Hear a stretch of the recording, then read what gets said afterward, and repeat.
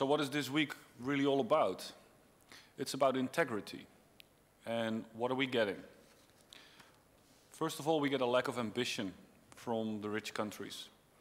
A serious lack of ambition that does not deliver on the promises that were made in Bali to keep warming well below 2 degrees, which we all know is a dangerous level. The most important thing that didn't happen last week was keeping the promise. The promise to avoid dangerous global warming and keep it well below 2 degrees.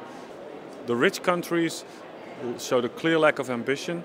They did not put any money on the table, and developing countries, even though they made very strong first offers to do more, were ignored. As it stands right now, we are about to break the promise to avoid dangerous global warming by keeping it below 2 degrees.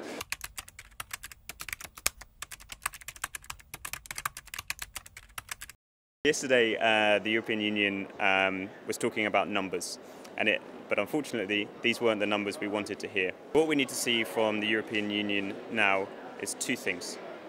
They need to put real commitments to long-term financing on the table. And we think their fair share is around 35 billion euros per year, starting in 2013 and scaling up thereafter.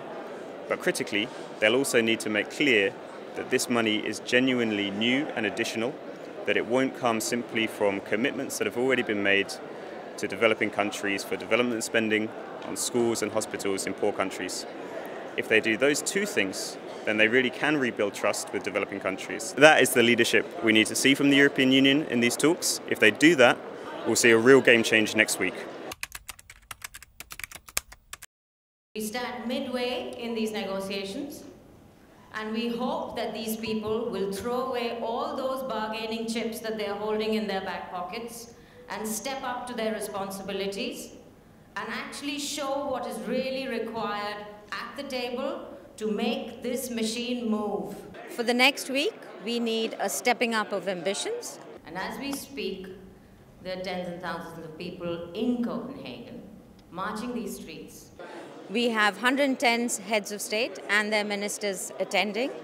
There is nothing more that we could ask in terms of a full force, in terms of taking this much further.